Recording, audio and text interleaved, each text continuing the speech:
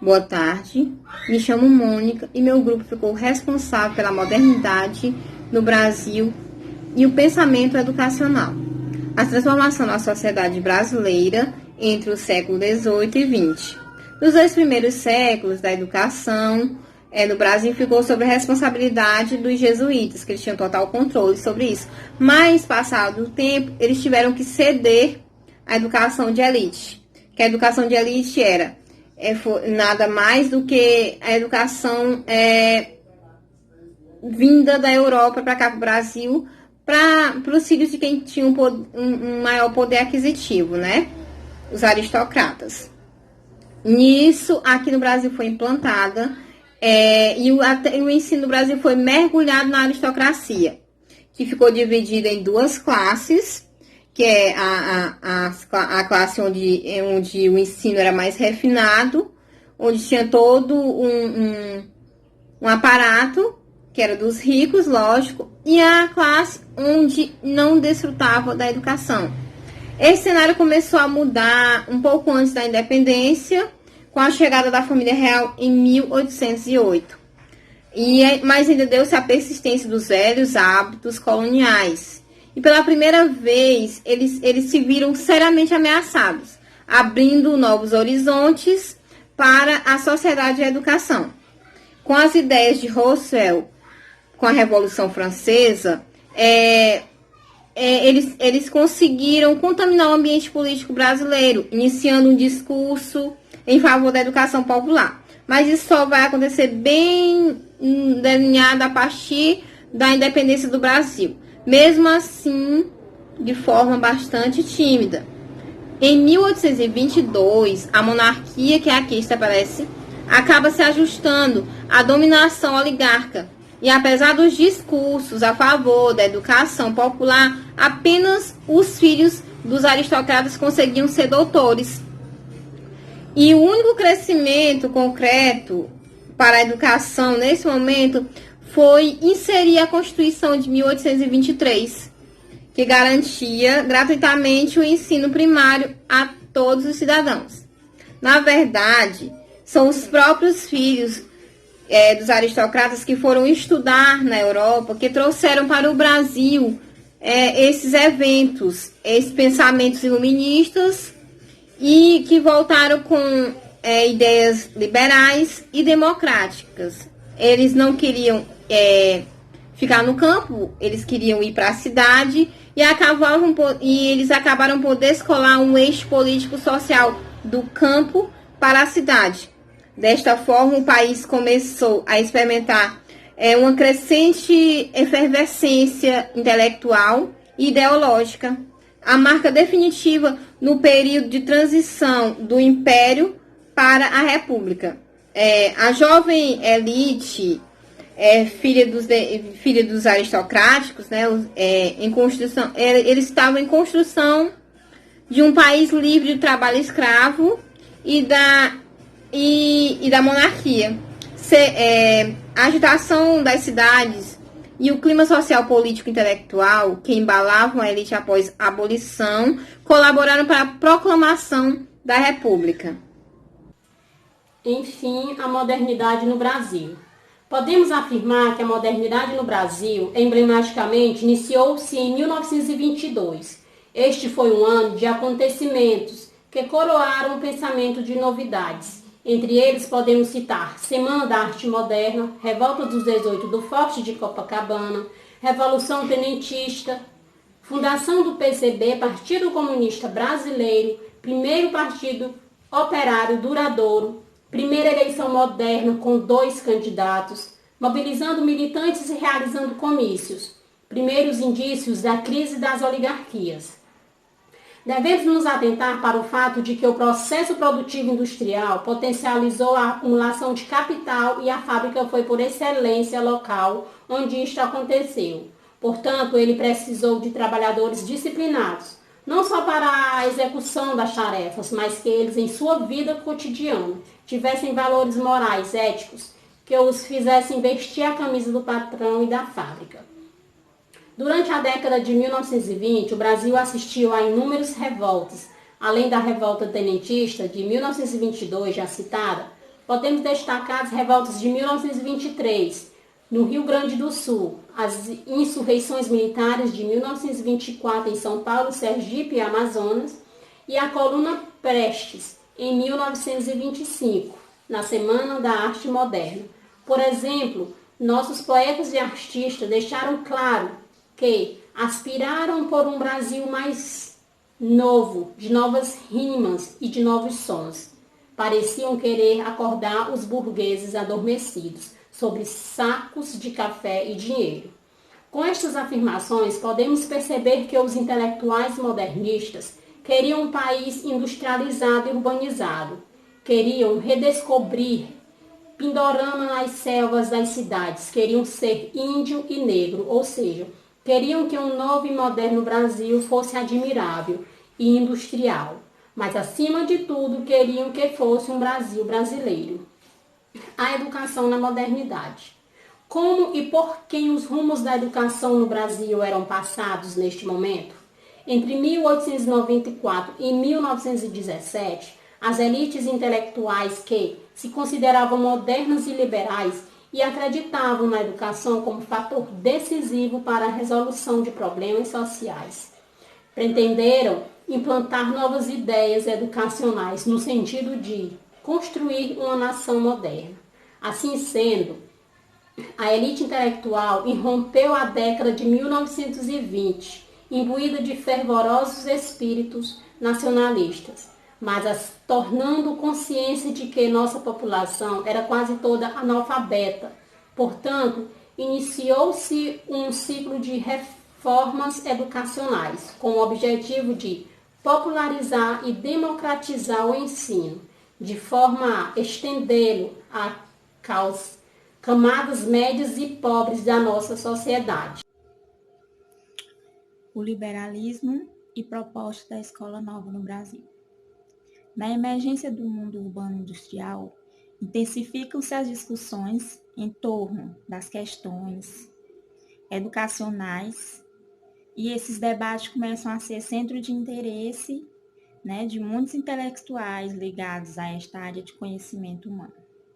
As correntes de pensamento inovador sobre o objetivo e sentido da educação inicia-se no chamado mundo culto. Europa e Estados Unidos foram aprofundados sob o impacto da Primeira Guerra e pela Revolução Russa.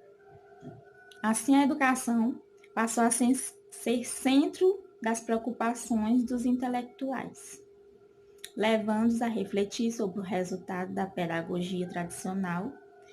Eles declararam a insuficiência desta pedagogia perante as exigências do mundo moderno capitalista, concluindo que as instituições escolares deveriam ser atualizadas de acordo com a nova realidade social. Esse movimento de renovação educacional que surge especialmente nos Estados Unidos denomina-se Escola Nova.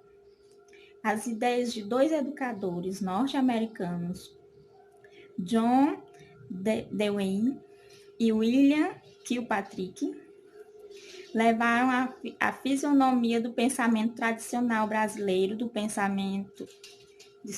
a partir da década do século XX, na vitória dos Estados Unidos na Primeira Guerra Mundial. O capitalismo inglês perdeu espaço para o americano. Assim, não se contentavam apenas com explorar economicamente os países de terceiro mundo, mas também o campo cultural e educacional. Nas nações, o Brasil começa a penetrar a influência das diversidades americanas. As principais características da escola nova são educação integral, manutenção do ensino, o ensino leigo, a educação ativa, que é a educação prática, obrigatoriedade de trabalhos manuais, exercício de autonomia, a vida no campo, internato, coesão dos sexos, ensino individualizado, E os métodos para que se atinjam essas propostas de educação é a ênfase nos processos de conhecimento, atividade concentrada no aluno, a criação de laboratórios, né, oficinas e hortas, né, e até criação de empresas também. O escolanovismo que se formou no Brasil produziu uma geração de educadores como Fernando Azevedo, Anísio Teixeira, Lourenço Filho, entre outros, que durante as décadas de 1920 e 1930 tiveram um papel bastante significativo na luta para que o poder público conferisse maior prioridade aos assuntos da educação. Esses educadores eles colaboraram para a mudança de pensamento em relação ao significado e objetivos da escola ao elaborarem o Manifesto dos Pioneiros. Em 1924, Lourenço Filho foi chamado a reestruturar o ensino primário no Ceará. Anísio Teixeira, por sua vez, deveria empreender a reforma na Bahia e no Rio de Janeiro. E em Minas Gerais, Francisco Campos e Mário Casasanta. Assim, em todos os estados, educadores foram convocados para reformarem o ensino, sendo que todas essas mudanças elas estavam alicerçadas em uma mesma linha de pensamento educacional, conhecida como Escola Nova. No Brasil, o discurso em favor da educação popular precedeu a proclamação da República. Já em 1822, Rui Barbosa, baseado em uma exaustiva pesquisa da realidade brasileira da época, tornava conhecida a vergonhosa precariedade do ensino para o povo no Brasil e apresentava propostas de multiplicação de escolas e de melhoria qualitativa do ensino. Os ideais de uma escola pública universal, laica e gratuita não são novos, mas ainda hoje são perseguidas por muitos países de terceiro mundo, incluindo os da América Latina. Esses ideais eles são inspirados por um sistema conhecido como liberalismo. Os princípios do liberalismo eles são individualismo, liberdade, propriedade privada, igualdade e democracia. No decorrer da década de 1920, os Estados Unidos passaram a influenciar o ambiente cultural brasileiro em todas as áreas. A produção intelectual relacionada à educação não ficou imune a isso, e o ideário pedagógico da Escola Nova logo ganharam adeptos como Anísio Teixeira, Fernando Azevedo, Lourenço Filho, entre outros, como já foi citado acima. Porém, essa inspiração ela não era unânime e provocou reações contrárias dos chamados pensadores católicos como muito cultos e eruditos, como Alceu Amoroso Lima. O movimento da renovação escolar que estava chegando ao Brasil e pregava novos métodos e processos de ensino, baseava-se nos progressos mais recentes da psicologia infantil e propunham democracia, autonomia e consciência crítica.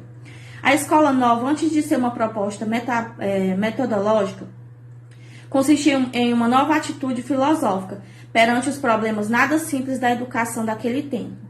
Neste sentido, percebemos claramente a influência das ideias de Kilpatrick, que em educação para uma civilização em mudança, deixa claro que a pedagogia, para ser coerente com a sociedade de determinado período, tem que ter o pensamento baseado na experiência para poder considerar de maneira científica a realidade de um mundo em constante mudança. O Manifesto dos Pioneiros da Educação. O Manifesto dos Pioneiros da Educação pode ser considerado um dos documentos mais importantes nesse processo de modernização da educação brasileira, na medida em que define diretrizes de uma nova política educacional de ensino.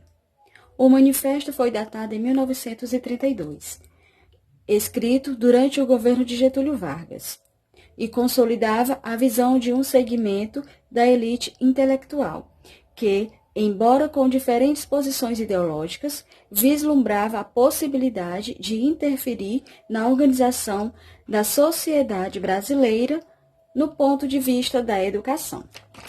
O processo foi redigido por Fernando Pessoa, Fernando de Azevedo, dentre 26 intelectuais, entre os quais estavam Anísio Teixeira, Lourenço Filho e Cecília Meirelles, poeta e educadora, e entre outros.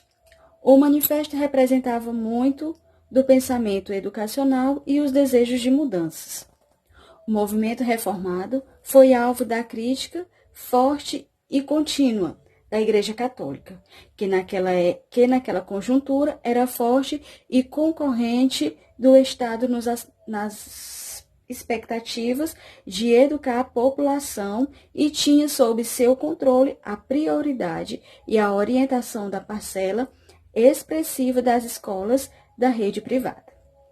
A Revolução de 1930 foi um movimento armado, liderado pelos estados do Rio Grande do Sul, Minas Gerais e Paraíba.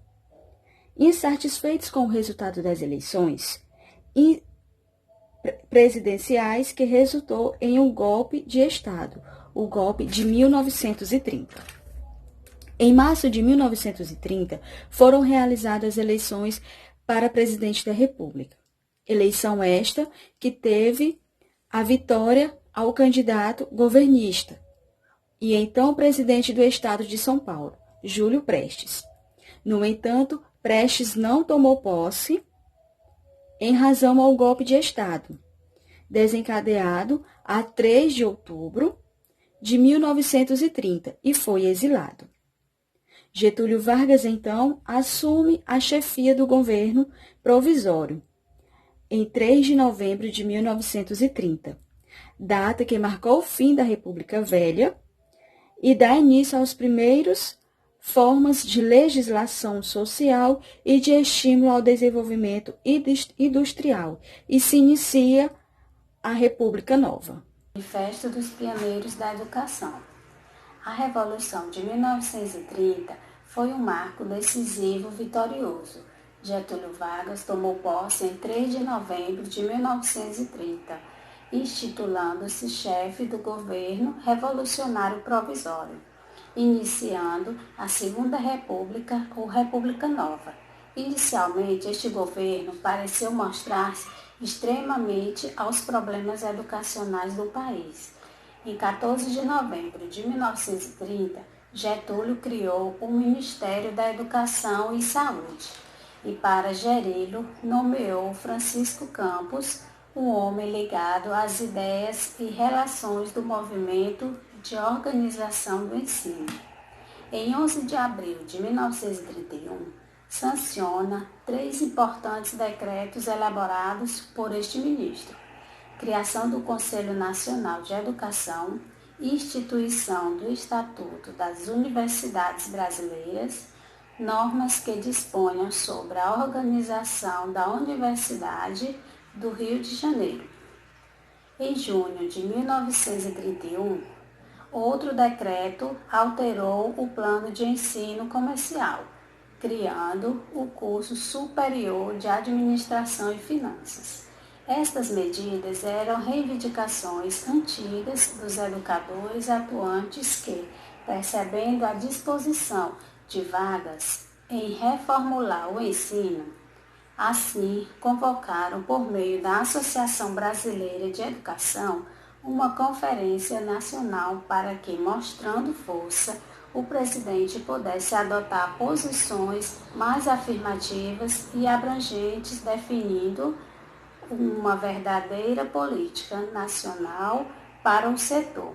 Nessa conferência, o presidente Getúlio Vargas mostrou-se perfeitamente perceptivo e, inclusive, convocou os educadores presentes a encontrarem a fórmula feliz que definisse o sentido pedagógico da Revolução de 1930, comprometendo-se a adotar esta fórmula na ordem de reconstrução do Brasil, na qual estava empenhada.